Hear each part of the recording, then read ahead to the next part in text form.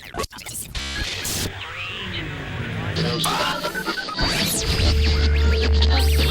the JJYP podcast.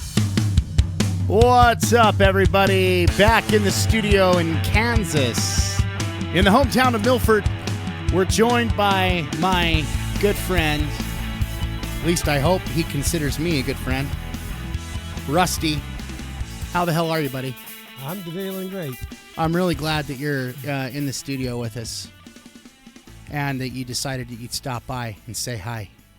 Hello, everyone. Yeah. Tell everyone in the audience, first of all, say your last name for me. My last name is Blodgett. Blodgett. Blodgett, yes. Rusty Blodgett. And the reason why I wanted to have you on, Rusty, is because you've got a pretty interesting life story. You were in law enforcement. Why don't you just tell me what you've done? Let's start off with that. I was born and raised the youngest of 11. I sat there and joined the military, did a 3-year hitch in the military, then ended up getting into law enforcement. Got into it on a bet, if you believe that or not. And then 40 years later, I've retired from it twice. Can you say which municipality you worked for, or is that? No, that's fine, yeah. I worked 28 years for the police department in Junction City, Kansas, during the heyday decade of the 70s and 80s and 90s. And then I did 11 years, almost 12 years with the police department on Fort Riley, Kansas. So talk to me about, I wanted to ask you about the culture of the police department. Obviously a lot's changed just within the last 10 years, but back when you were active duty, what was the culture like versus how it is now? Well, back in the 70s, when I started in 77, police officers were respected by the community. When a police officer asked you or told you to do something, you knew you should do it. Well, that's changed, as everybody can see, because now they say, I don't have to do what you tell me to do, and you end up having to convince them, beg them, or beat them into submission. And officers don't want to beat anybody into submission. They would just ask, when they ask you or direct you to do something, you do it. Right.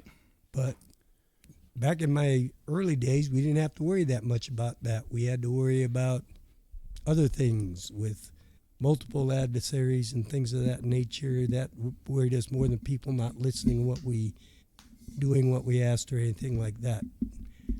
And it was a slow transition, but it's ended up in what it is today now, because laws changed, people's attitudes changed.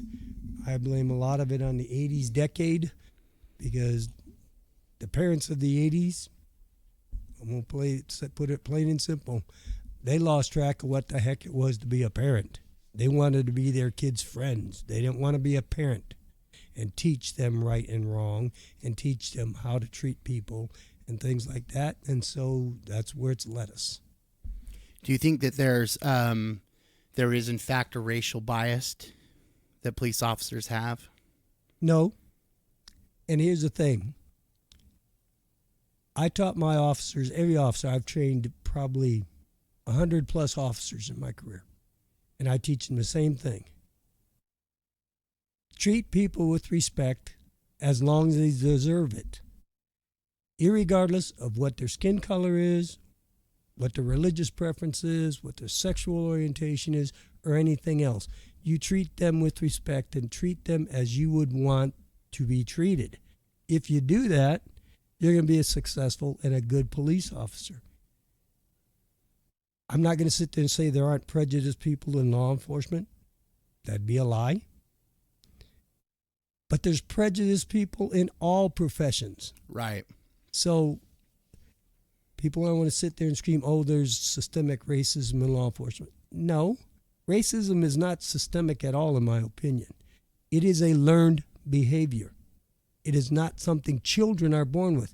You look at a 1-year-old, a 2-year-old, a 3-year-old, 4-year-old, 5-year-old, they don't care about the color of someone's skin. Right. They don't care about any of that stuff. They're going to play. As long as you play, they're going to play.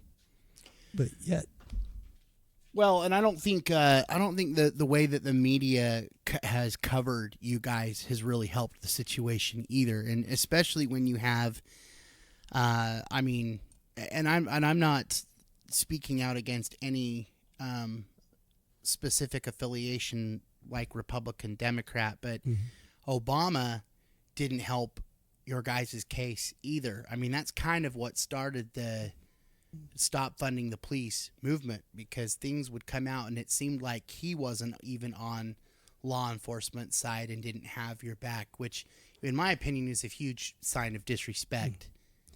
well, when you speak of Obama, I'm going to say something that's going to make a lot of people angry, and frankly, Scarlett, I don't care. Obama was the worst thing that happened to law enforcement in a long time, and Obama was one of the biggest racists I have ever seen in a political office. He wasn't a blatant one like a KKK member who wore the racial prejudices out in the open. No, he did it behind the scenes. You could see with how he dealt with his cabinet and everything else. You could see how he dealt with law enforcement in general. You could see about a lot of decisions. You sit there and you look at the people whose sentences he commuted in his last term in office. Really, you have a drug dealer, third-time offender, who gets sentenced to life, has 27 names attached to him of people that were killed either by his people or under his orders, and you sit there and release him out of jail. I was one of the people that he commuted the sentence from life to time served and let him out. But I think that also has to do with the legislation that they expect you guys to uphold, because per capita right now, the United States has more people incarcerated than any other country. We are putting people in jail. It's for sometimes, in my opinion, frivolous situations that don't necessitate having somebody occupying a jail cell when there are far worse people that belong to stay incarcerated behind bars. And I will concede that is correct in some cases. Because, I mean, doesn't that put you guys in a tough situation where they give you these some ridiculous laws that you guys are expected to enforce? Like, for instance, how would have you handled your chief coming down and saying, we're going to enforce this COVID law? They wanted you guys to arrest people that hadn't been vaccinated, that were out in public areas. How do you handle something like that? It's the easiest way. There's ways to enforce laws that don't require incarceration, okay? Officers have discretion in some cases. In other cases, they don't, because the law says they don't have that. An example of that, when it comes to a misdemeanor offense committed in the presence of a police officer, the law under Kansas law requires the officer take enforcement action, and if it's an arrestable offense, you must arrest that person. So the officer doesn't have discretion there. He has to do that. I've always done my law enforcement career, and a lot of officers do it the same way. If the law doesn't require me to arrest this person, and it doesn't flat say you must arrest this person, I'm not going to arrest the person for that. Okay? And most officers live by that rule, because there are a lot of stupid rules and stupid laws still on the books, and arresting someone because they don't want to get a vaccine, no, I'm not going to do that. A lot of officers aren't going to do that. In fact, a lot of officers didn't get the vaccine themselves because they didn't agree with it. I wish I could remember. Some were fired, some quit, because the option was either get it or you're going to be fired. Do you remember what police chief came out and like actively, like openly said there's no way in hell we're arresting citizens for not getting the vaccine? Well, that happened in a couple of different states. I know down in, I want to say New Mexico or Arizona, somewhere in the Southwest, one of the sheriffs flat said, no, we're not doing that.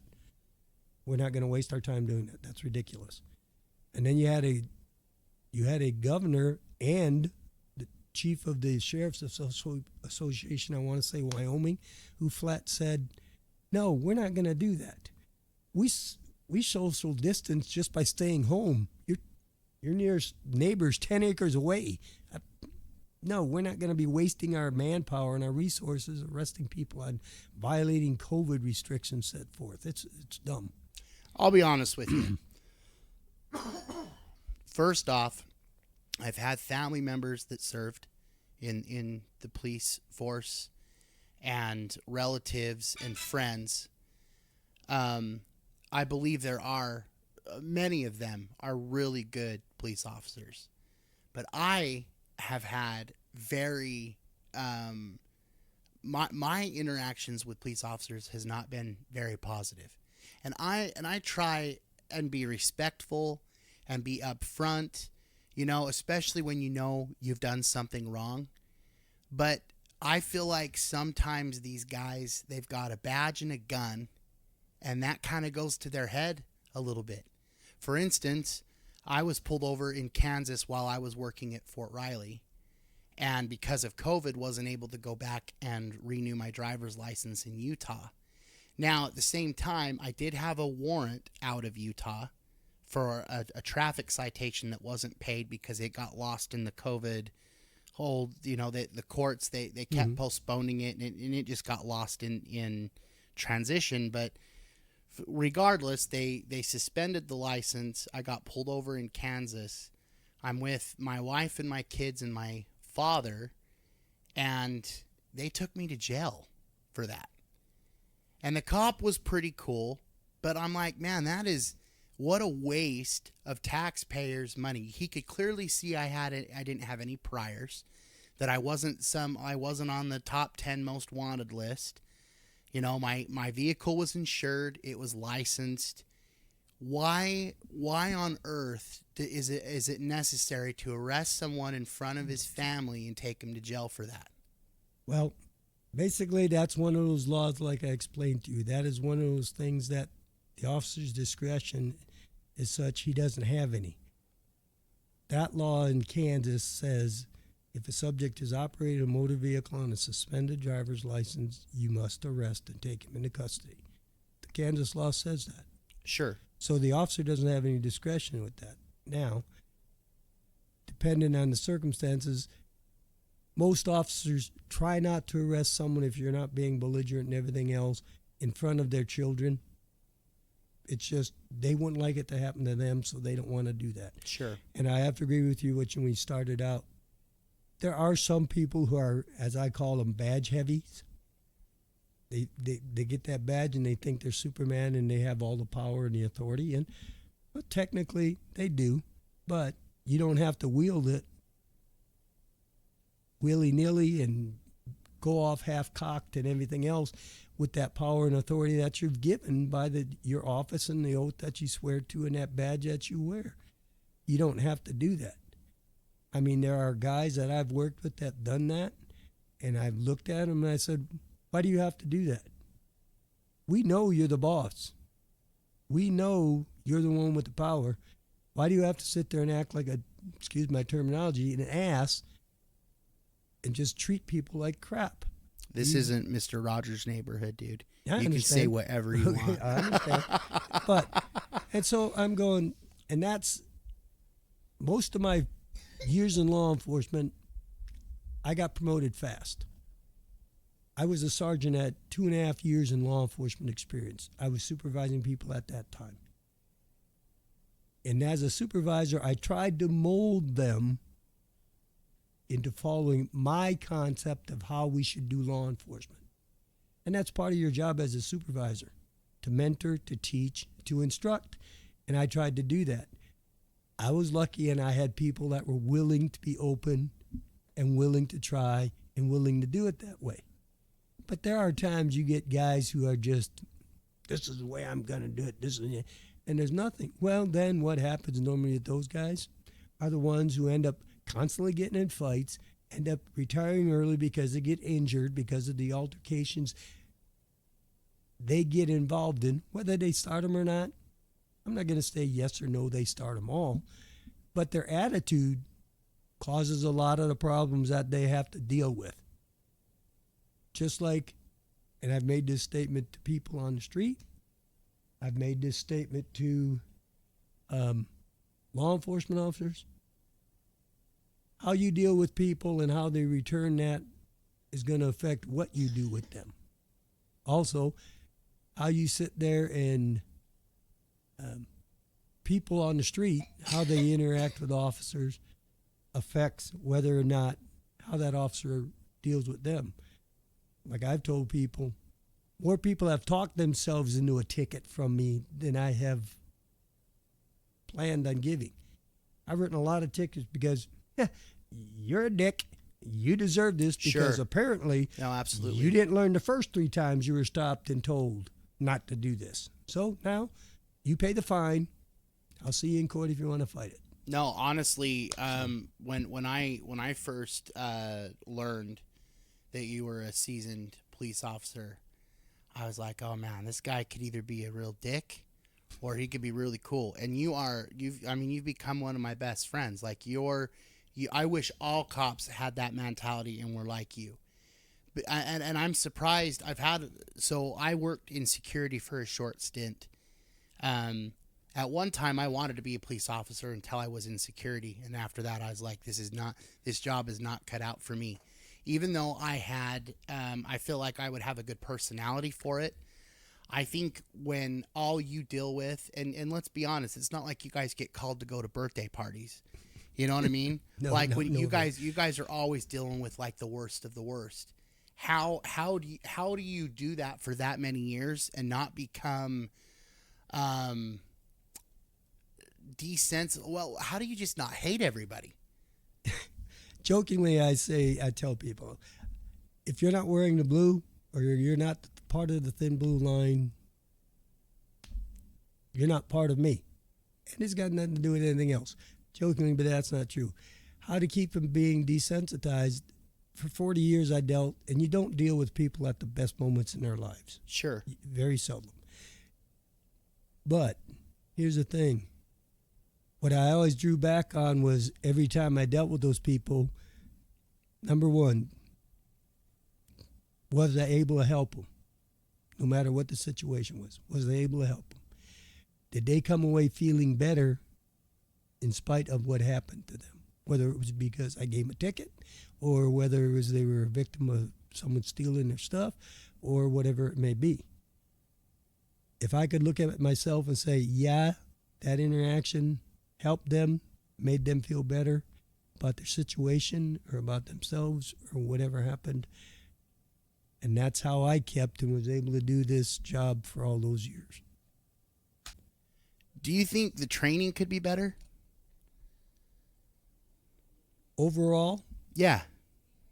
I think overall it's pretty good, but there are areas we need to improve in. Interaction, just dealing with people. I mean, they do things like throughout my career, we got specialized training for sexual assault investigations. That was learned through mistakes we made, so we bettered our training. Better training when it comes to self-defense for the officers, so we don't have to end up going to deadly force all the time. Better de-escalation training when dealing with people who are agitated or mentally unstable, things like that. But they still need to continue improving those areas of training so we get better at dealing with these people. Why would you even want to be a cop? Like I said, I basically... You came in on a bet. Okay, so tell me that story. Okay. When I came out to Fort Riley, I came to Fort Riley in 1975. I was in the service. I got to be friends with a couple of police officers on the Junction City Police Department. One of them was from my old stomping grounds in Wisconsin, where I was born and raised. And so I went on a couple of ride-alongs with him and a couple with this other officer. And we were just talking, and the guy from Wisconsin said, "Oh, you ever think about being a police officer?" I said, "No, not really good at taking orders." And he goes, "Well, you don't take orders. You're the one giving them in that situation." I said, "Well, I don't know. Never even thought about it." He says, "Well, I come to think about it. You couldn't do it. You'd either quit before your probationary year was done, or you get fired because of some smart ass comment you make to somebody on the street. And I go, whatever. Well, at the time, shortly thereafter we had that conversation, I got out of the military. And I had a job lined up on Fort Riley doing construction work. Well, that job fell through because the guy who was supposed to be the boss sat there and couldn't qualify for a secret security clearance, which is required for anybody working a military contract on an installation by federal law. So I was unemployed. I ended up going to work for a foundry, an iron foundry down in south part of Geary County, south side of Junction City, and I was a grinder. Well, I was so paranoid about getting metal shavings in my eyes, I wore a pair of safety glasses, safety goggles, and a full face shield when I worked. The whole way. Yeah, when I worked. They were doing a walk-in testing for the police department in Junction City on a Saturday. Thursday of that week, guess who gets a metal shaving in his eye at work? Even with all that crap you were wearing. Even with all that crap, I get, boom, and it stuck right in the iris of my eye. So I had to go get it taken out. I'm going, this is not what I looked for. No, not happening. And so I happened to see the guy Friday night, and he tells me, you coming in for testing tomorrow? And here I am with an eye patch. I look like a pirate. I got an eye patch over my right eye. And he goes, what the heck did you do? So I told him, he says, well, you coming in and take the test tomorrow? And I go, well, I don't know. He says, I bet you can't even pass it. Bet you a steak dinner you don't pass it. Oh, man, he was baiting you. Yep. He was baiting you into that. So Saturday morning, 9 o'clock, I showed up at the Junction City Municipal Building where they were giving the test. There was about 180 people showed up to take this test. And the way it worked is you had to pass the written test. When you got done with the written test, then you had to do the physical agility portion and pass it. Well, I show up, and the lieutenant conducting the testing, the first words out of his mouth, he says, you do understand we're hiring police officers, not pirates, right? So my response to him was, well, yeah, I understand, but everybody likes a little, nobody likes a smart, Lieutenant. He just looks at me, oh, you're one of those. Who got you here anyhow? And I told him, yeah, Reed didn't, because Reed was at the desk. He was my friend. I go, he did. So I sat there and took the test, passed it, did the physical agility, no problem at all, even though I only had one eye, because the other was still patched. And the rest is history. I ended up getting hired, did my thing. And you obviously really enjoyed it, because you hung in there for a long time. To me, it was never a job, Josh. I enjoyed it. I had fun doing it. Yeah, I dealt with dickheads and guys who were assholes and everything else, but then there would be the nice people. I'd deal with the nice people too. Sit there. And with me, I'd sit there, and I used to have fun just screwing with people. There was a neighborhood park in Junction City. It was an actual open drug market. I sat there, and a couple of the neighbors flagged me down and complained about it and said, I got you. We'll take care of that. So I made it my mission to shut down this open air market by myself. So if I wasn't on a call, I was parked right in the middle of that park, sitting on the hood of the car, and I'd look at these guys and say, dudes, you ain't going to sling shit today. You might as well walk on down the street, because I see anything come remotely close to a drug deal, I'm arresting everybody involved, and I don't care. So you might as well take your happy butts on down the road, because I ain't playing this game with you guys. This is my park. These kids are my kids. This is my neighborhood. Take it away. Get it out of here. Took me about 2 weeks. And the hours I worked, they didn't make a dime. They finally got pissed and left. I got yelled at by our drug operations group because they had been watching this park for a month. I said, You should have told me. I wouldn't have done it. But the people were complaining. Nothing was happening. I took care of it. Here we go. Out of all of the stuff that you were involved in, what did you see most of? Was it drug related, domestic disputes? What was the primary, where you're just like, oh, here we go again? Well, here's the way it all works. We had a lot of domestic disputes at that time. And when I first started, officers really didn't have a whole lot of stuff they could help the people with because the courts were requiring the victim to sign a complaint. Well, now they don't have to do that. Now I can sit there. If I see that there was a disturbance, I have evidence of a disturbance. And everything else, and there's evidence that someone was the victim of a crime, I can arrest them. I don't need the victim to sign a statement. That's where one of the changes came because we were having such a problem with domestic violence. Well, in Junction, we had that. But then we also had, when I started, a heck of a drug problem. But back in 77, 78, and even 79, Junction City had one of the highest per capita crime rates in the nation. Wow. In fact, in 78 and 79, we had the highest per capita crime rate in the nation. Not just... And that what's based on is for every 1,000 population in your crime rate. We had the highest in the nation. So we got a new chief of police in, and he flat said, we're not ignoring the small stuff anymore. We're going to take enforcement action on all violations of the law, especially in known neighborhoods of high crime, and we're going to sit there and address that. We started with that. Then you ever heard about the broken window program or policy? Basically what that is if you see a broken window in the house or a building or a residence or a business, you identify who owns that building and we send them a letter say, get it fixed. If you see graffiti and vandalism, you send them a letter, get it fixed, take care of it.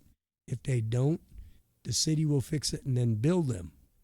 Okay, to try and make everything, to clean everything up. Those two efforts brought our crime rate down considerably. Just those two simple efforts. Now, a lot of people said it don't work. Well, yeah, I'm sorry. I can attest. Yes, it works. But New York basically did it under Giuliani. That's basically the same thing he did. He told his officers, do this. He got after his codes with people and said, address it. Fix it. And look what happened under Mayor Giuliani. Were you ever in a high-speed chase? Oh, yeah. Okay, tell me, what was your funnest high-speed chase story? Well,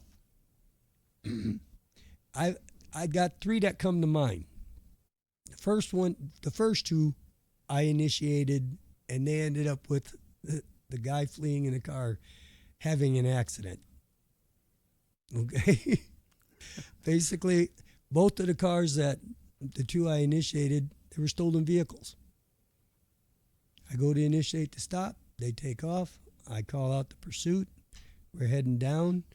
The first one, the guy who was stealing the car tried to go down at milepost 2 or exit 296, went under the viaduct and tried to go east on the interstate. Well, he took the corner too wide. I was able to come inside of him, and he met a power pole. Boom.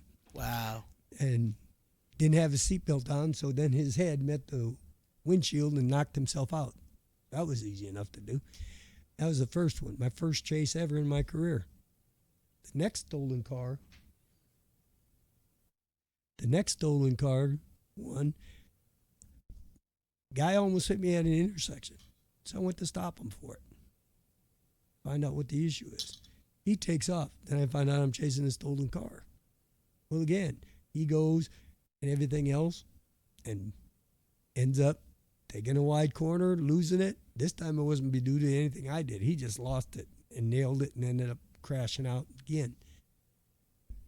The other one was we had a shots fired call on the 900 block of North Washington Street.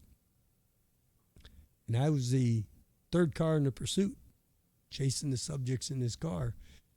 I come going along, and right 100 feet away from my patrol captain's house, The first car goes through the dip, bottoms out. Second car goes through the dip. By then he's awake, he comes out, and as I come through the dip, he sees me bottom my car out and sparks flying everywhere. Oh my gosh. And these guys, we ended up chasing these cars all the way out to the, if you ever go west out of town on K18, it comes to a T intersection. Well, guys didn't know that. They thought it kept going and whoop, whoop, whoop, and into the field. Ended up catching them that way. But yeah, and then the butt chewing afterwards about bottoming him out the car was really interesting. But those are the ones, the three that comes around. I got one other one where I was again chasing another stolen vehicle and caused the guy to crash up on Custer Avenue in Pleasanton up on Fort Riley right in front of the MP station.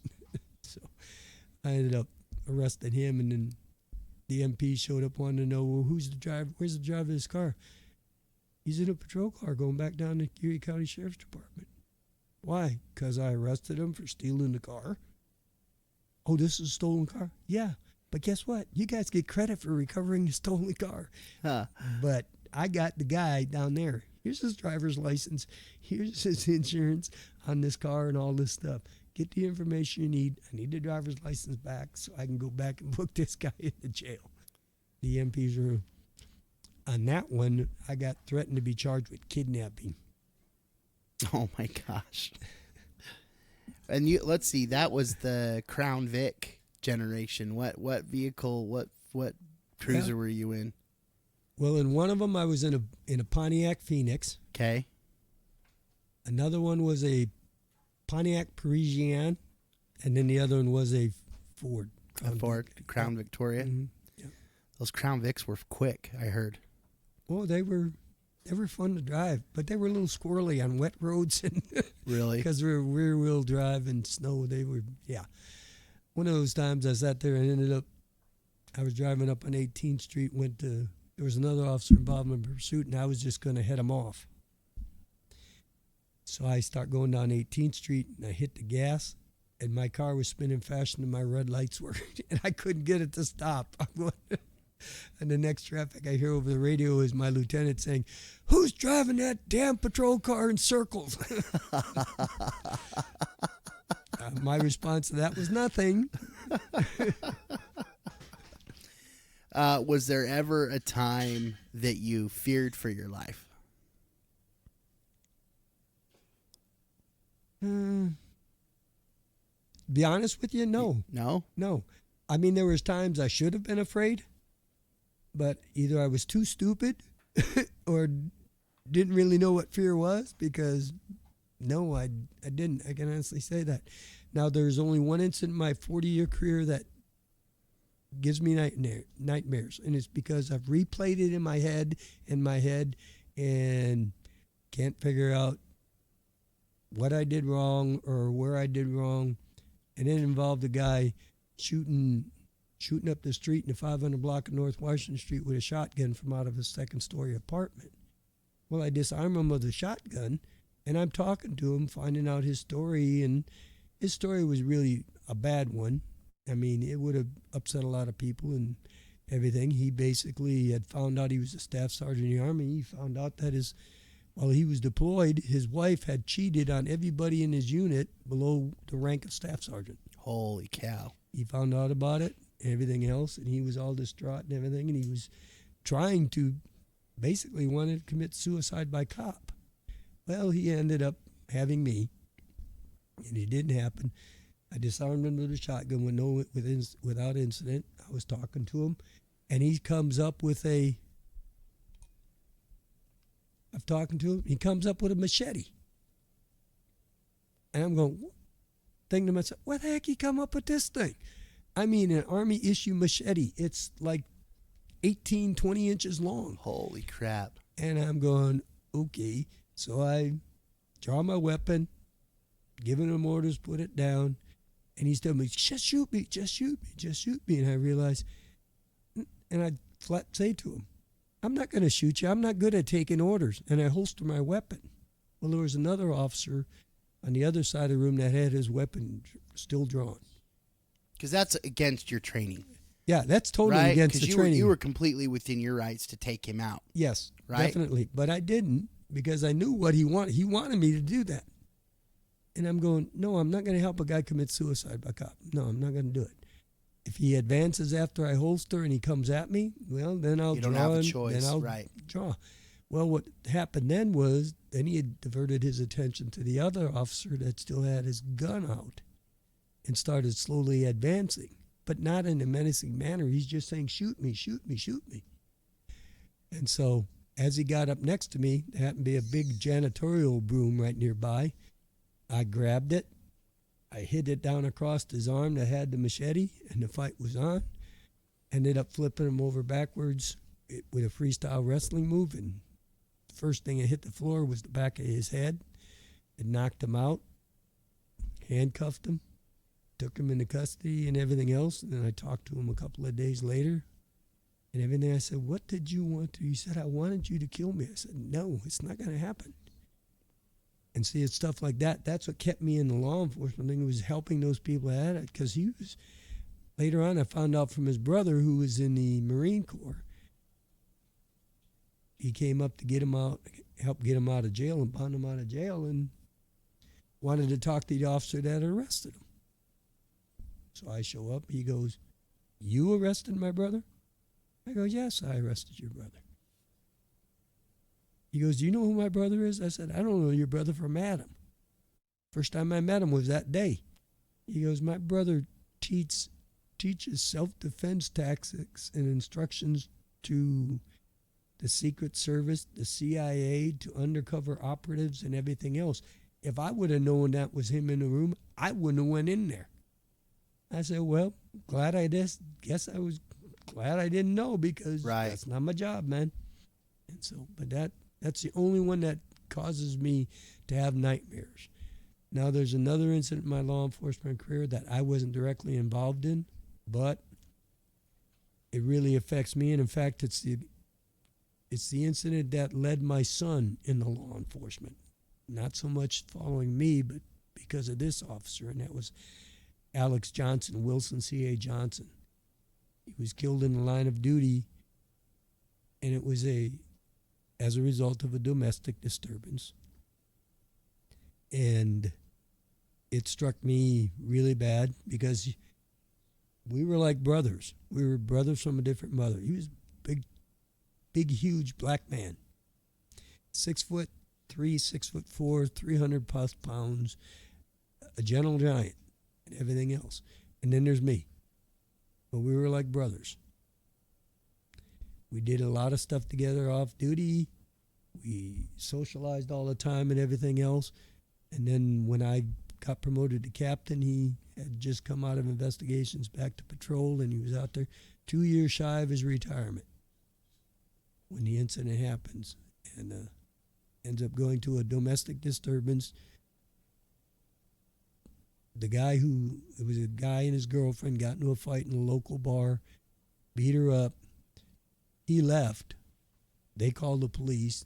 He came to investigate it. Well, he took him down to the police department to interview her, get a statement from her and everything else. It was almost 4 hours after the disturbance actually happened when Alex went to go pick her 2 children up from a previous marriage. He goes to where they think the kids are, finds out from the girl that was babysitting them, said, no, he came over here 4 hours ago and got the kids. They're back at the house, I think. So then Alex went back to the house, and he was just there to get the children, turn them over to their mother, and that was it. There was nothing else going on at that time other than that was the plan. Well, he ends up going up there, knocks on the door, and all of a sudden he gets shot dead in the doorway. Someone calls in the shots fired call. We respond up there. We hear another shot. In fact, he shoots at the first officer arrives on scene, and when he enters the apartment building, the guy shoots at him. The officer takes cover. Here's another shot. Well, so we set up a barricaded subject type scenario thing. And we sit there and finally make entry in the apartment building and go up to the apartment. We find Officer Johnson deceased in the doorway in the hallway of the apartment thing. And the subject deceased by a self-inflicted gunshot wound. And the two kids we went to pick up sound asleep on the couch, never woke up throughout the entire incident. But we were able to reunite them with their mother. Wow. So those two incidents are the ones that make me think about some of the stuff I did in law enforcement. You guys, you also were in charge of responding to, like, traffic accidents and stuff like that. How do you desensitize yourself to some of the stuff you see on that front? Well, number one, I was pretty lucky. I only had to respond in my career to, I think, 3 different fatality accidents. The only one that really affected me real bad was a guy that ended up crashing on his motorcycle, didn't have a helmet on, and basically just smashed his brain all over the street, because I found out later that he was going about 70 miles an hour when he lost control of his motorcycle and flipped end over end and face planted. Oh, man. And then hit the top of his head right into a concrete curbing, and he flipped over and landed in an open area in the street that they were doing some repair work that was about the size of a grave. Landed in there. And that was the one that really affected me. The other ones, it's just something you have to sit there and look at them. You realize they're human beings. They were human beings, but now they're not.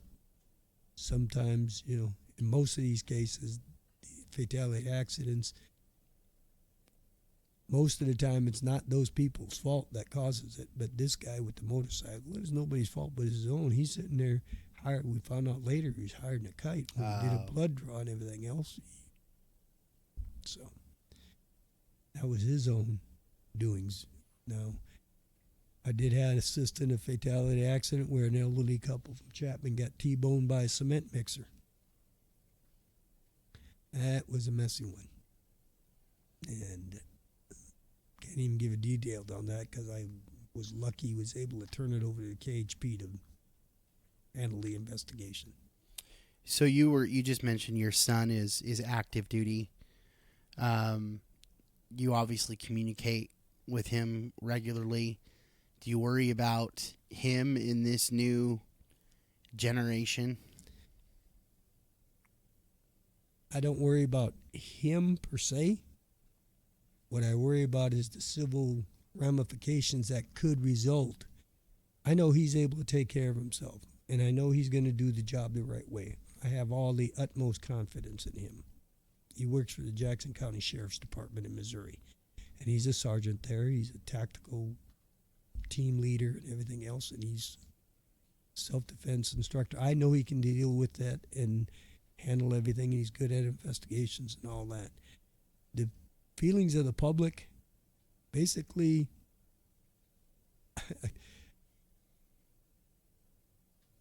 we can't change their feelings, no matter what we do. It's something they're taught.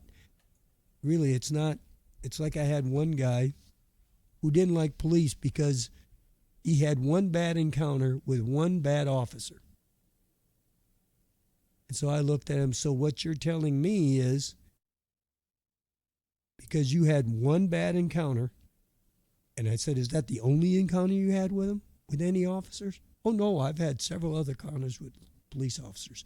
So what you're telling me, that one bad encounter makes all those good encounters you had with officers null and void? You had yourself, you're telling me you had several, 30, 40 different encounters with officers. You had one bad one. So the other 39 don't count? I said, so what I should assume then, because in your line, in your profession, you sat there, you ripped me off one time selling me tools, so I'm supposed to believe all people who sell tools out of trucks are crooked? Well, that's not yeah, it is. It's the same thing. There are bad people in all professions. You got bad doctors. You got bad attorneys. You got bad auto mechanics. You have bad everything. You have crooked sales clerks. You got all this stuff. So you're going to sit there and dislike all sales clerks because you get ripped off by one or shortchanged by one. You're going to sit there and hate, the meter maid because you don't put your meter you're in the parking meter, so she gives you a 50-cent ticket or whatever it may be. Right. Whose fault is that? It's not her fault. She's doing her job. If you could go back then, like let's say you drank a secret serum and it brought you back to 21, with today the way things are going, would you still be a cop? Believe it or not, I've thought about that, and I'm torn. Sometimes I think yes, I would, but then other times I think, well, I definitely wouldn't in certain locations. I mean, I wouldn't be a cop on the West Coast for nothing. Right. I wouldn't be a cop in New York City for nothing. And that's a combination of the attitude of the public and the attitude of that city's management and that department's management. And that's how I look at it. I had the opportunity early in my career to go up to the Topeka Police Department. Okay? So before I decided whether or not I was offered a job. Before I decided whether or not I would or wouldn't go, I went up to Topeka. I spent the 2 days up in Topeka. I talked to business people. I went to yard sales in Topeka just to talk to them about how they felt about their police department and everything else. I talked to officers on the department about the leadership of the department, and the responses I got from those people, nope, ain't changing. It would have been a heck of a pay raise for me, better chance of opportunity for promotion quicker and everything else. But I said, nope, not going to happen. The people don't even like your police department. The working people in this department don't trust the leadership of this department. I'm not going to put myself in that situation. So no, I wouldn't do it. And it'd be the same thing now if I was able to go back to 21, depending on where I was looking to work, checking into the attitude of the things, of the community towards law enforcement, the state towards law enforcement, the leadership of the department, the people in the department, do they trust the leadership of the department and their community? Because if I can't trust them to support me in what I do, I'm not going to work for them. Right. But that's the things I would weigh and bring into being if that could ever happen. What's your opinion on concealed weapons permits or concealed carry in general? My personal thing? Yeah. I like the open carry rule. I want to see the threat. I'd rather, as a police officer, see the threat, identify the threat easier than be wondering, is this guy carrying a gun concealed on his person? And that's me personally. I mean, I don't think it's bad one way or the other. I just I like the open carry rule better. And that's the only reason why, is because I prefer to see the threat and make it easier to identify it. Now, I'm not trying to throw you under the bus because I don't want you to shoot me. But I've noticed that a lot of times when you're, because you're not technically like officially retired, like you still do something. What are you doing right now? Right now I'm working for the Geary County Sheriff's Department serving civil process papers. Okay. And you are required to carry a weapon for that, right? Well, they prefer I do, so I do, yes. But I've noticed when you're out as a civilian, you don't seem to carry that much. What's up with that? My entire career, I've very seldom carried off duty. Very Really? seldom. Really, yep. And why is that? Like, that's when Well, you're most vulnerable then. Yeah, that's true. But I never felt the need to do that. I mean, I arrested some bad hombres in my career. I mean, some original gangsters. I mean, these are old school gangsters that I arrested and stuff. And there were some bad hombres that I arrested. But because, and this goes back to what I said earlier, because I treated them the way I wanted to be treated, they respected me for that. I didn't try to humiliate them. I didn't try to sit there and belittle them. I didn't try to sit there and look down on them or anything and treat them like they were something less than a human being or anything else. No, I treated them with respect. I didn't sit there and do anything that would give them the idea that what I was doing was personal. And a lot of times, there are going to be people that don't like police officers just because you're a police officer. Well, sure, of course. Okay? But why give them a reason to dislike you more just by treating them like trash? There's no reason. I got a job to do. Back in the 70s, 80s, and 90s, the police and the criminals, or the law enforcement and criminals, they had rules. The cops knew our job was to catch the guys doing the bad things and take them to jail. The bad guys knew that that's what the cops' role was and what they were doing, and they knew what the penalties could be and everything else, and they recognized that. They didn't take it personal. People nowadays seem to take every action that someone does against them personal, even though it may not be personal. I mean, so I come up and I serve you a paper. I come up and I serve you a paper because you failed to pay your credit card bill. Is that my fault or is that your fault? Right. But yet they blame me or want to blame me for that. And I just look at them, sir, all I'm doing is serving a paper that the court told me to serve. You have to address that with the court and your credit card company. You sign the contract, you and pay your bill. You haven't done so, they filed a suit, which is their legal right to do so. I'm just delivering a piece of paper to you telling you got a suit filed against you and you're going to appear in court this date. Don't blame me. Don't take it personal because I don't know you from Adam. I think the problem that I had in learning how this whole process works was everyone's discriminated against equally. Rather you go in and you've killed somebody, or rather you've ran a stop sign and you're being brought in off of a traffic warrant. I don't understand why the intake process has to be so demeaning. And I know that you don't have any control over that, but I wanted to at least talk to you and get your opinion on that because it's humiliating to go in like my instance. You know, I knew I was going to bail out. There's no way in hell I was going to stay there on a suspended driver's license. I didn't want to stay there any longer than I had to, and so they knew I was gonna pay and go out. But still, even to that end, they bring you in, strip you down naked. You know, you got to bend over and pull your ass cheeks open, and I mean, it's just like, holy hell. Like, I'm not freaking from the Narcos, you know what I mean? Like, you guys just brought me in for having to suspend a driver's license. Why on earth do you have to go through that process? Basically, they try to make everything uniform to make it easier for the system to work. I agree it's humiliating. But here's the thing, one of the things that I learned way back in the law enforcement academy.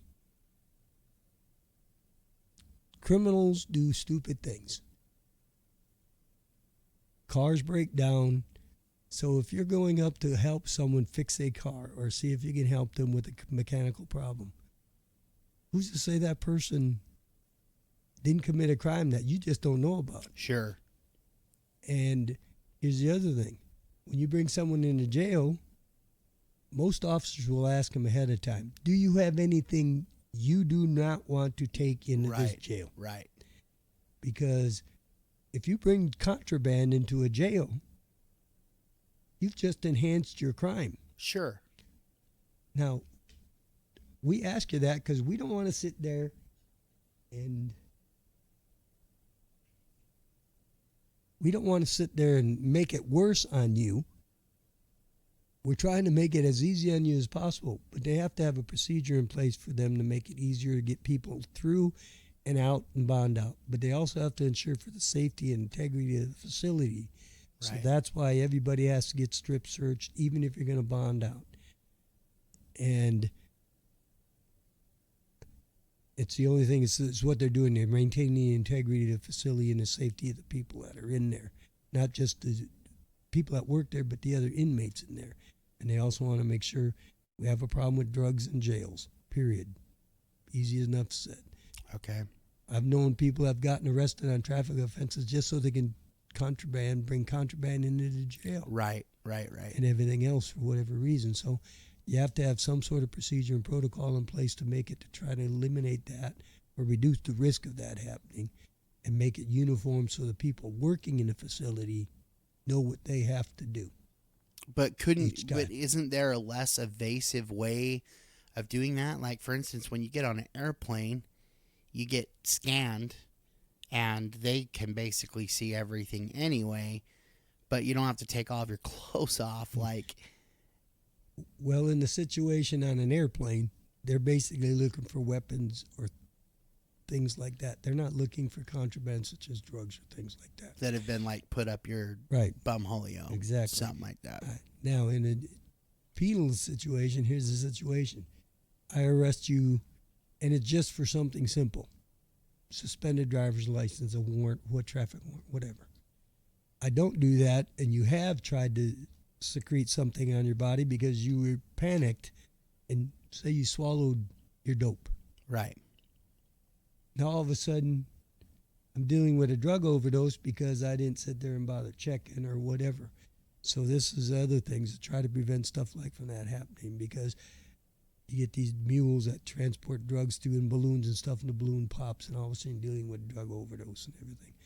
Well, the only way we can check somebody, we can't do an x-ray, too evasive, that sort of stuff. So you got to do what you can to prevent introduction of stuff that shouldn't be in a facility. How hard is it to become a police officer?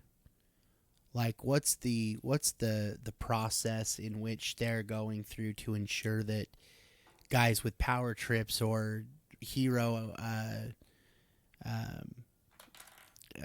delusions of grandeur, There you go. you know what I mean? Like, Yeah. what prevents guys like that from getting in? Well, basically what you're doing here is there's several phases to the application process. Everybody's going to require at least a high school diploma. Some departments require some college. Some departments require a bachelor's degree. It's just that's a preliminary set for when it comes to education. But you're going to take a written test. Then you're going to take a psychological test, the computerized, the written test, psychology. Then you're actually going to meet with a psychologist or a psychiatrist after you take the test, and they're going to do a mental evaluation on you in that time.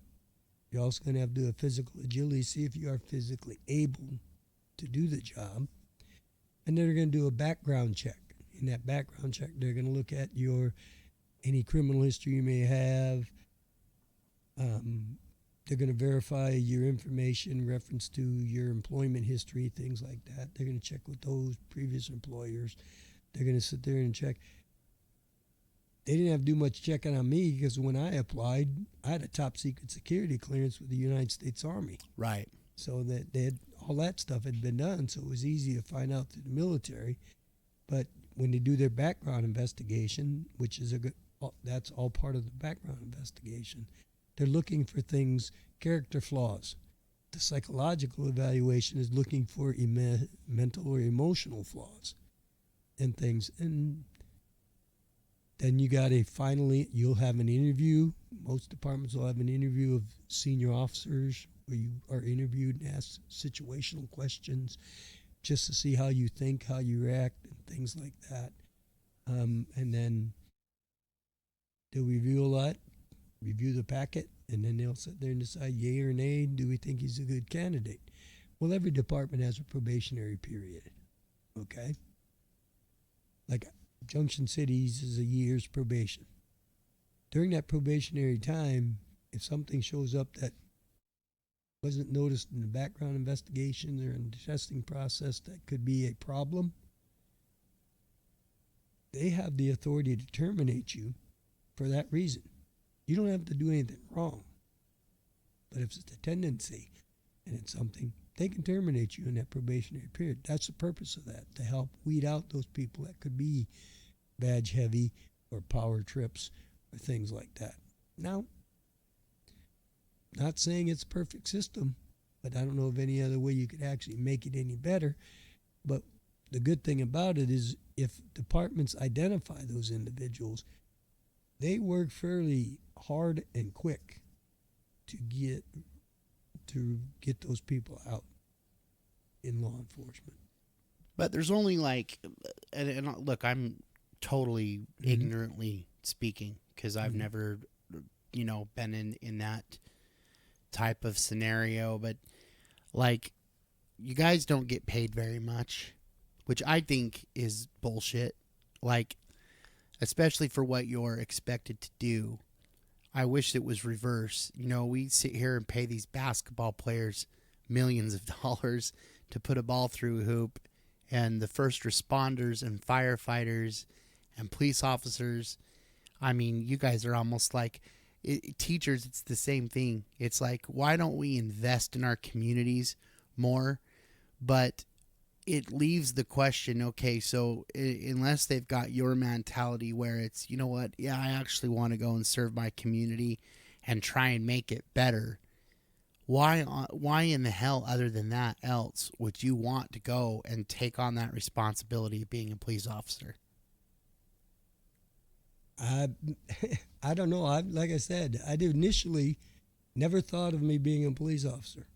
I didn't realize until well into my law enforcement career that way back in 5th grade, I should have known I was going to go into law enforcement. An incident occurred. I'm not a big guy. I'm 5'6", 140 pounds. Excuse me. So you can imagine how small I was in 5th grade. But you're like a ninja, though. I've seen you flip around. You're very agile. But back in 5th grade, I had an incident, and I didn't even think about it for a long time. And then all of a sudden, one day at work, I'm sitting there going, I should have known I was going to be a cop when I did this. In 5th grade, I sat there. There was a kid. He had glasses. He was overweight and everything. He was very timid. And there was a group of other boys bullying him, pushing him around, picking on him, calling him names and everything else. And here I am, all maybe 4 foot tall and about 50 pounds. And I walk over there, knock it off, leave him alone. Well, what are you going to do? I said, well, keep doing it and you'll find out. So the biggest guy in the group helped me because he sat there and he went towards the kid again. Well, when I knocked that big guy down on the ground, the other 4 decided, I said, I told you, leave him alone or you won't like what's going to happen to you. Well, just then, teacher came running out of the building. Bus driver came running off the bus. The bus driver says to the teacher, hold on, take them. He didn't do anything wrong, and pointed right at me. He was helping that young man. And never even thought about it until one day I just helped some guy basically was being bullied by his neighbor. And I guess that's what sort of brought the memory back. But I should have known back then. Yeah. But I went in the Army, did my little stint there, and tried some other stuff. Nothing great. Why did you initially get into the service? So I could afford to go to college. The GI Bill. That's what it was. And thank you for your service, by the way. Mm-hmm. But both as a police officer and in the military. But it's funny. It's interesting how a lot of people have that same thing. They're like, I needed to get an education, and the only way I could do it is by having the military compensate me for that. And it's been interesting talking to a lot of the soldiers in the community, because more often than not, they kind of have a bad taste in their mouth after they go through their stint, But look, government has a history of just not treating their people very well. They don't. Like, rather it's the mail service, you know, and then the military and the police service, like, you guys are the ones that are always getting kicked, it seems like. And I mean, if I was a police officer, that would make me kind of mad, especially if I had your mentality where, like, look, I'm just out trying to make my community a better place to live, a safer place to live, and I got to put up with all of this shit. I'm underpaid, and now my own leadership, all the way up to the President of the United States, is saying that we're worthless pieces of shit, and they want to demonetize us and stop funding us, which anyone that has a brain has to realize that would be the stupidest damn thing in the world. Talk about mass hysteria. Well, I mean, we've seen in the places where the police have backed Los Angeles. I can't, the problem that they have there right now, and there were streets, there were whole cities in Seattle that were taken over by militia, and the cops just were like, yeah, we're not going to get involved. We're gonna let this happen. I mean, I'm surprised as the law enforcement community.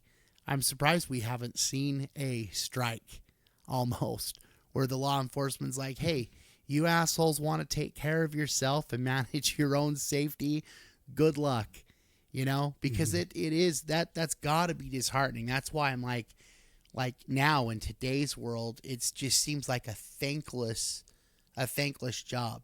And I totally agree with you. I think there are far more better police officers and better people that serve than there are officers that are belligerent and just want to bully people. And that's the thing. Actually, if you look at it, a lot of this, when it comes to this attitude towards people, that's what's being portrayed by the press. Right. That's what's being portrayed by some of the different leaders. But if you talk to a lot of the people on the street, they don't feel that way about their law enforcement. They don't feel that way about police. They want the police in their neighborhood. They want us there. They need us there, and they know that. And they don't want to defund. They don't want to cut numbers or anything else. The majority of people up in Seattle didn't want the officers to be told not to engage these people. But here's the thing that the officers are looking at. When you got your mayor, your city council, your chief, your board, your whatever in charge of you that can fire you, and they say, no, you're not doing this. If you do, you're going to be fired. Well, it's like in the military. Insubordination, violation of a direct order by your superiors is termination. You can get kicked out of the military for it. You can get fired in law enforcement for it. I mean, I may not agree with what they're saying, but I got to listen. I got to obey it. Right. Or be willing to take the consequences. I mean, I've lived my law enforcement career on a simple little thing. Whatever my paycheck can afford. You know, I mean, I've lived my entire adult life on 3 little principles, or 2 actually. Number 1, if you don't wake up in bed next to me, your opinion doesn't matter to me. Nice. I like Number that 2, if you don't sign my paycheck and can't fire me, I gives a rat's what you think about how I did my job. And it's easy. And I've done my career 40 years almost that way. And when I was in the Army, there's a way to argue things without getting demoted or anything else. I did 3 years in the military, got out as an E5. I was a sergeant. But I argued with my platoon leader. I argued with my first sergeant. I argued with my company commander. I argued with my platoon sergeants.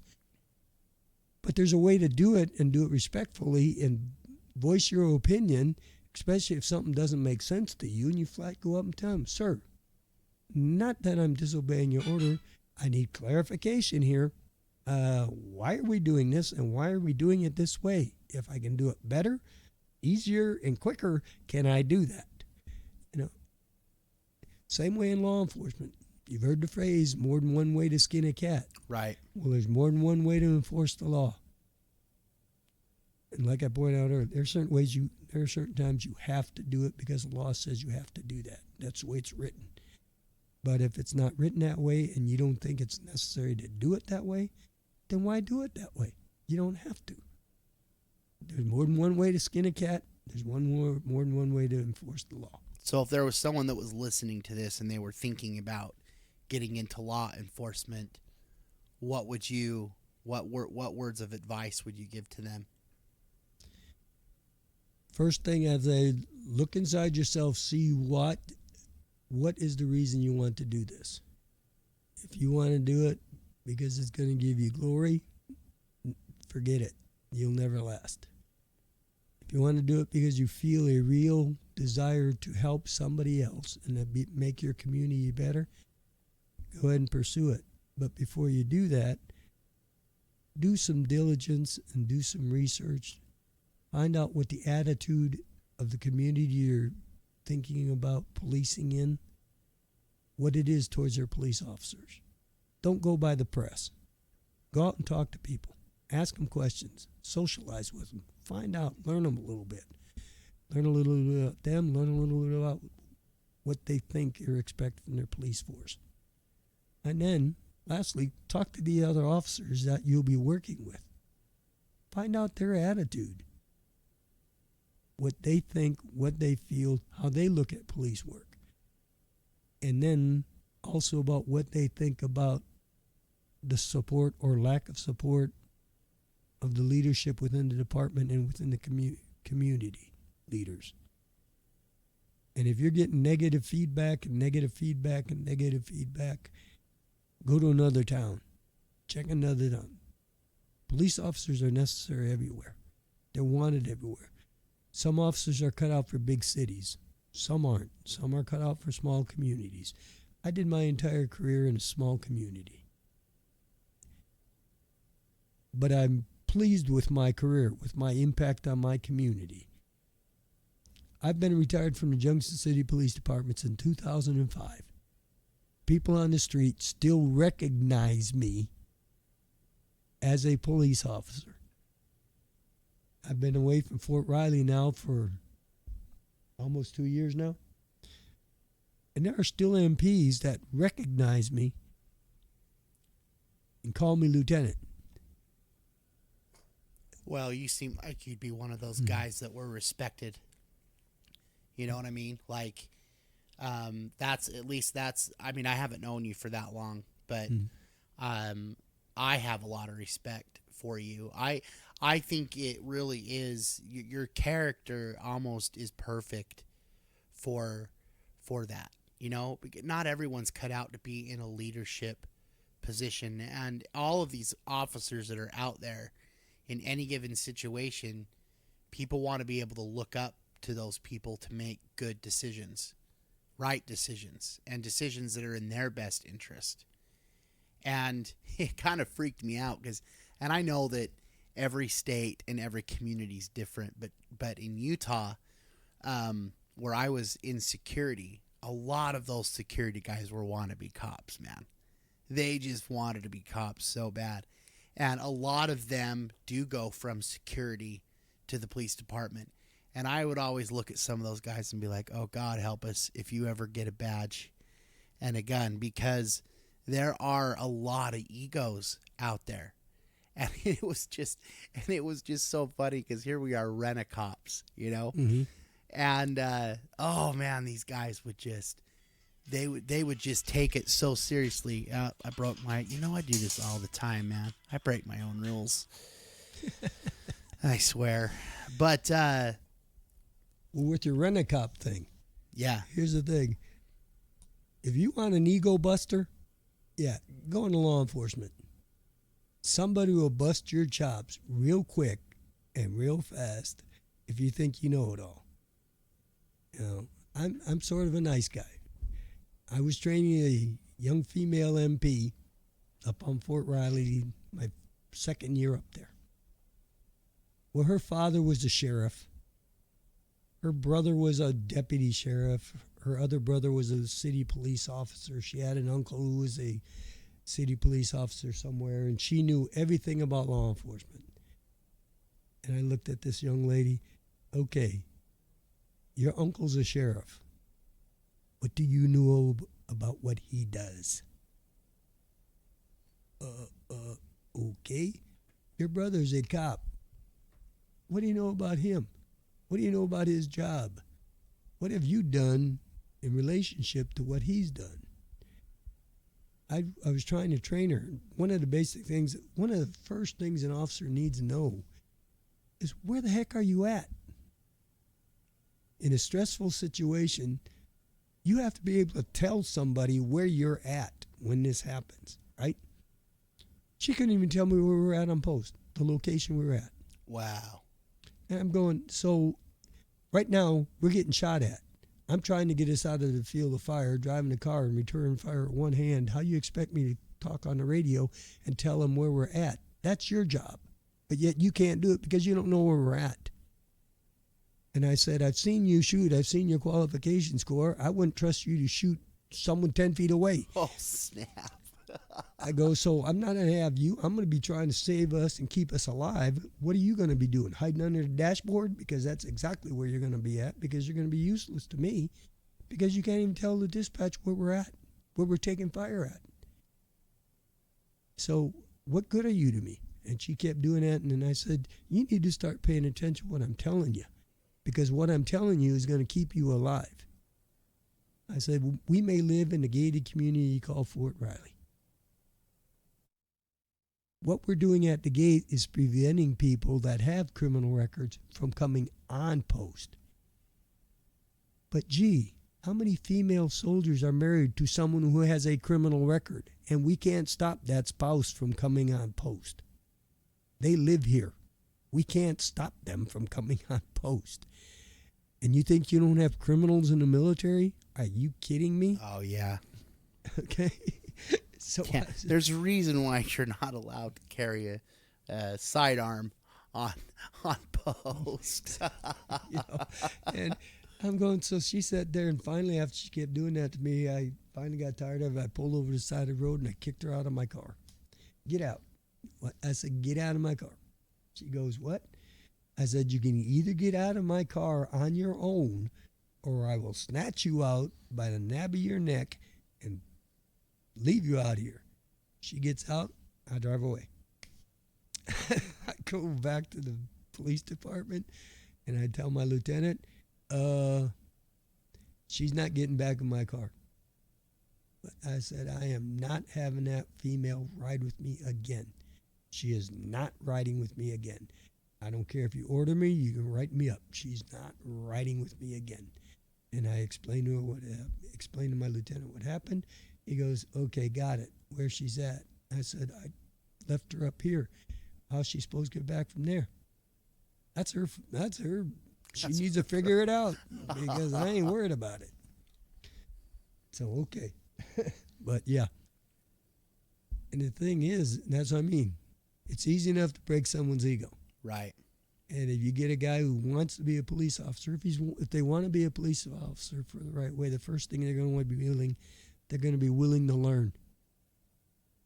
And to learn it the way your department wants it done. I mean, I had a young officer I was trying to train, and the misfortune that he had was he had trained as a reserve officer with another police department.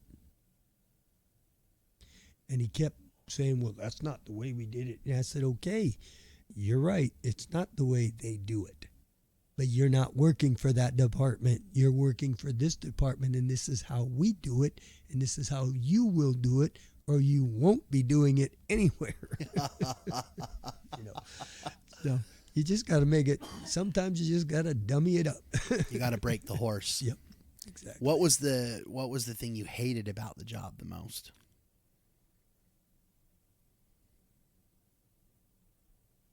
What I hated the most was the unwillingness of people to get involved in their community to help others. If it didn't directly affect them, they don't want to get involved. They could be standing 20 feet away from this person getting their butt whipped, I don't expect them to jump in there and try to break it up. But when I come up to interview them as a witness, I didn't see nothing. I don't know how many times I went into a bar fight and I had 27 people in a one-holer bathroom. I don't understand this. How do you do that? You know, it's a 6x4 room and you got 27 people in there. I was in the bathroom. Really? That used to be so frustrating. I'm going, ay, ay, ay. But on the other hand, you get the time. I helped a biker. He got stabbed in the back by a guy he beat in a pool game, right? So they called us. I respond. I talked to the guy before they take him off to the hospital to get looked at. And he tells me what happened. I said, okay, can you describe the guy? And he says, yeah, it was a fucking Mexican. Okay. How tall was this Mexican? He goes, about your height. Bigger or smaller than me in weight? Smaller. Okay. Did he have any facial hair or anything like that? Oh, he had a little scruff. Okay. What was he wearing? A white T-shirt and jeans. Okay, pretty common. Okay. Yeah. Any visible tattoos or anything like that? Yeah, he had something on his neck. Okay. That's a little better. Did you hear a name or anything? No. And I said, why did he stab you in the back? I have no freaking idea. I went to put my pool cue back up in the rack, and all of a sudden, whack. Man. Were you guys gambling on this game? Well, yeah, but technically it's not gambling because we're betting each other. We weren't betting on anybody else. Yeah, you're right. I'm not here for that anyhow. I'm here to find out who stuck you like a pig. And he goes, well, I don't know. You better find him before me or my club brothers do, because when we get done with them, you may not want them. And I said, well, give me 48 hours. He goes, okay, I'll give you 48 hours. So I went out, ran down a couple of leads, found the guy in 6. I arrest him, put him in jail, go up to the hospital. The guy had gotten some surgery done to repair the injury and stuff. And he's in the hospital bed. So I go up there, I'd say, okay. I did a photo array with the guy's picture so he could identify him from a photo array. He goes, it's that little spick. He points at the guy. I go, okay. I said, all of them are Mexican, you know. He goes, no, it's that little spick right there in the middle. I go, okay, so what's the number? Say the number. Number 2. Okay. Now, and I had him do what he had to do and everything else. And he says, is that him? I said, yeah, he's already in jail. You're kidding me. No, I told you I'd get him. And he goes, well, I'm glad you got him before my brothers, because you probably wouldn't have had anything left when my brothers got hold of him. And I go, well, that was a little concern of mine. But by the way, you owe me like 34 hours of time the next time you get stuck by somebody, because it only took me 6. So he sat there, he goes, okay, I'll remember that. You're cool, man. You can ride with me anytime you like. Well, I don't have a bike, but okay. I always thought it would be cool, though, to drive a police car and be able to turn on the lights and the siren. I honestly used to have dreams about it. That's how fun I thought it would be. Well, when I interviewed for the police job up on Fort Riley, I had one of the questions they asked me was, why do you want to be a police officer? And I go, well, I could give you the textbook answer about I want to help my community and I want to do better help better the world and all that stuff. But really, the truth is, I want to drive fast and carry a gun. Carry a gun. And 2 of the guys were civilian police officers before they went to work for the Department of Army. One was in Georgia, and the other guy was a retired Kansas highway patrolman. In fact, I knew him. He retired the same year. And they both started laughing. Well, the guy who asked me the question, his only experience was as the DA police officer. So he's going, and he didn't know what to say. And I go, prior law enforcement, I'm going to guess down south somewhere. And I know you new at this, aren't you? And he goes, I got the job anyhow. So That is freaking awesome. Well, Rusty, I really do appreciate you giving some insight. I wanted to pick your brain and hear about the experiences that you had. It's been really good getting to know you and your family, and I'm glad that you're here in Milford. You plan on staying in Kansas for the rest of your life? I have no idea. I didn't plan on staying here the first part of it. Where did you grow up? Wisconsin. And how did you get from Wisconsin to Kansas? U.S. Army. U.S. Army. I joined right out, delayed entry out of high school in the military when I graduated in 73. What part of Wisconsin? Down in the southeast part, down near a town called Burlington, Wisconsin. Okay. It's a 30-minute drive from Kenosha, Wisconsin. Okay. So you can relate. Okay. Did you like Wisconsin?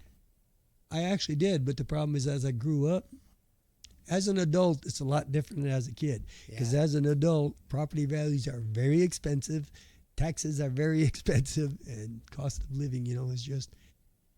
And when I was joining the Army, I could have went back to the job I had prior to joining the Army. Which was? I was working in a toy factory making little plastic toys. Oh my gosh. And I could have went back to that job, but I didn't like it when I had it the first time. Why would I go back to it? Right. So I went job hunting my last 60 days in the service, and I had one lined up, I thought. And so what did you specialize in the military? I was the title of my job was Telemetry Intercept Analyst Operator. Gee. I had a top secret security clearance, and when I first enlisted, I was thinking about going into military police. My recruiter said, "You don't want to be that. You don't want to be that." I go, "Why?" He says, "Because they get all the shit details, man. You don't want to do that." And I go, "Okay, so what do you recommend?" He says, "I got one for you." He says, "It's a gravy job. It's an office job. You don't have to go out in the field, nothing. You'll have a top secret security clearance." I said, "What is it?" He said, "I can't tell you because it's a classified job." So how do I know I want to do this? You can't tell me nothing about it. Well, just take my word for it. It's a gravy job. So I signed up for it. Ended up getting it and everything else. Straight out of AIT, I went overseas to Turkey for 14 months. And then from there, I came to Fort Riley, Kansas, which was the lesser of two evils, because originally I was supposed to go to Fort Hood, Texas. And I go, And that was when young Mr. Patton was handing out field grade Article 15s for people cursing. Oh, my gosh. Down at Fort Hood, and I go, "Oh, no, I have been in Turkey. We didn't, no, that's too much like the Army." Not going to happen, yeah.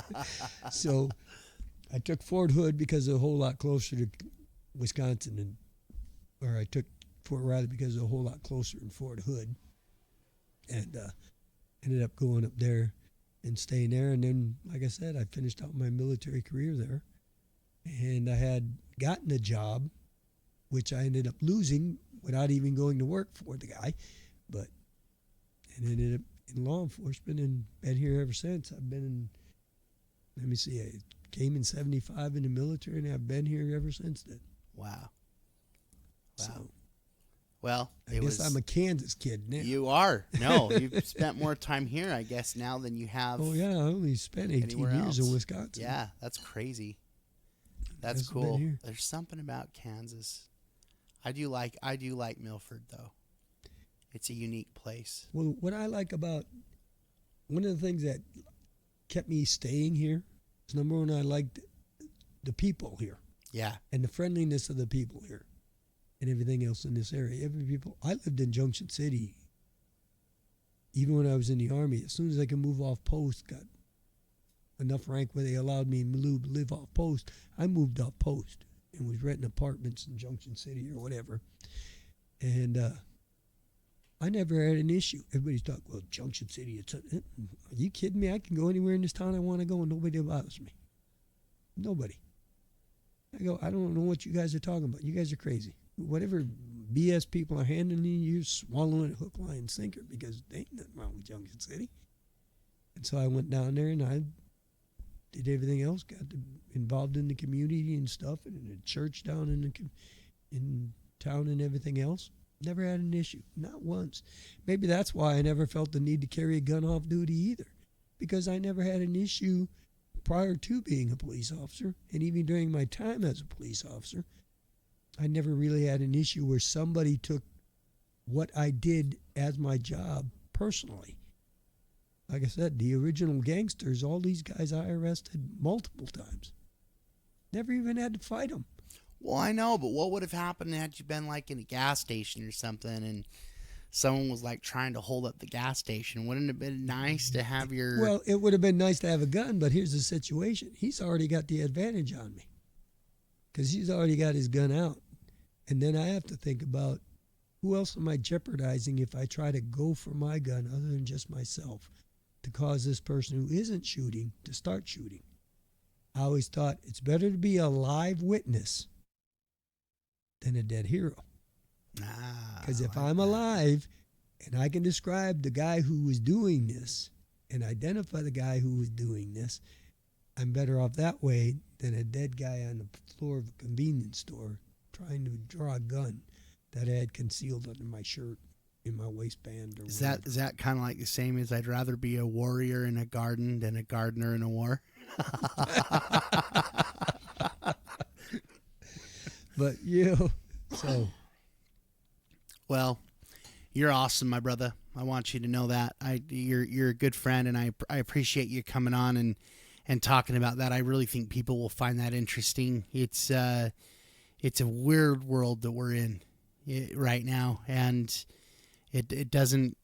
I know eventually it'll get better, but I think we're gonna see a lot crazier things before the pendulum starts swinging in the other direction. But it really is about the people that you're around, like I think that was one of the biggest decisions of why I loved it here and want to stay here is if shit does hit the fan, this is the place I would rather be, because I feel like it's more community driven and people really do care about helping one another. And I like that aspect of it. And there's no traffic. So there's no need to be upset. You're more likely to hit a possum than you are to anything else. Or fill your digger tag with the hood of your truck. Yeah. That's right. Well, thanks, Russ. I appreciate it. Everyone, you've been listening to the Just Josh and You podcast. I'm your host, Josh Hansen. I really appreciate all of your guys' support, and I'm still getting your emails and your messages on Instagram. And if you'd like to email the show, it's the Just Josh and You podcast at yahoo.com, or not at Yahoo, at Gmail. Sorry, Just Josh and You podcast at gmail.com. And then, of course, if you want to opine on Instagram, it's the Just Josh and You podcast on Instagram. Love to hear from you and get your feedback, as I have been. I appreciate the support.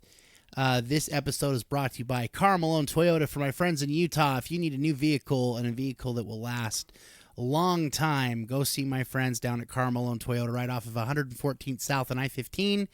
Tell them the Just Josh and You program sent you. They'll make sure that they take good care of you. And you heard it here first. So we're going to go ahead and sign off. So I'm going to say goodbye. We'll catch you on the flip side. Peace be unto you, and we'll talk to you later.